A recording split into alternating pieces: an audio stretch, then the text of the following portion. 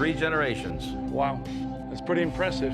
Let's go kick some tires. Head in. What I did about 20 years ago is went back and said, what are the best cars I've owned for each generation, and sought out nicely restored or excellent limited edition cars from those generations and put them all together in one collection. And I hope Magnus likes it.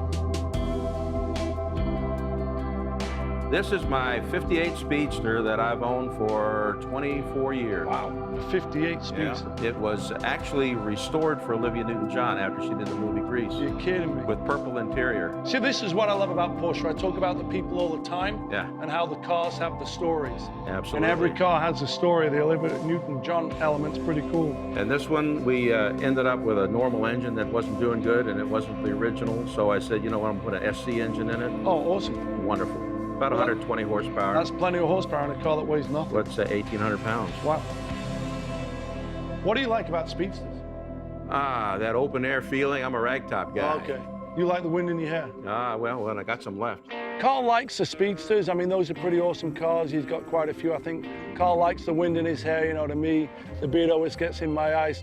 When did you buy your first Porsche? In '75, I picked up a hardtop Cabriolet, and I realized after I bought it why the hardtop was bolted on and it didn't have a soft top, because when you took the hardtop off and you went over a bump, the doors would open.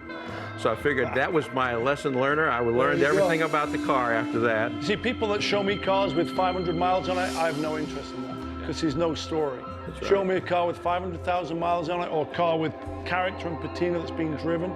That's where all those stories evolve. None of these cars are garage queens You now. drive them. I drive That's them. great. What else can we take a look at? Let's go. Garage 2 is just ahead. Let's go take a look at Garage 2. Just a great environment to have those cars in. You know, a sterile white garage is just not the same, because, you know, to me, it's all about everything that's Porsche related, and seeing those posters and memorabilia on the wall, it's just all part of the story and all part of the journey. That's timed out pretty well there, Carl, where they all go up in sequence. Yeah. In chronological order. Now take your pick. Well, I love turbos, but I'm going over there. 74, right? 74 Carrera.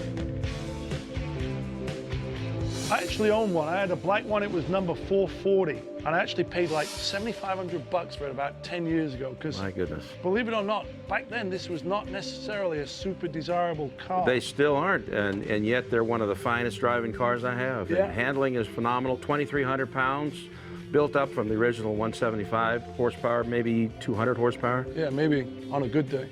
Can I sit in it? Oh, come on, you want to drive it. You can drive it later. Oh, I'm gonna love to drive this car. I owned a 74 Carrera, so to me, that's where I'm naturally drawn to. You know, it was also the car which, you know, had a roof in there, so I'm pretty excited to see how his 74 Carrera drives. 74 was the first year of the G body. This went all the way through 1989. That's right, I got the best of the first and the best of the last. Yeah, you do, for sure. Pretty awesome. You got a lot of great diversity.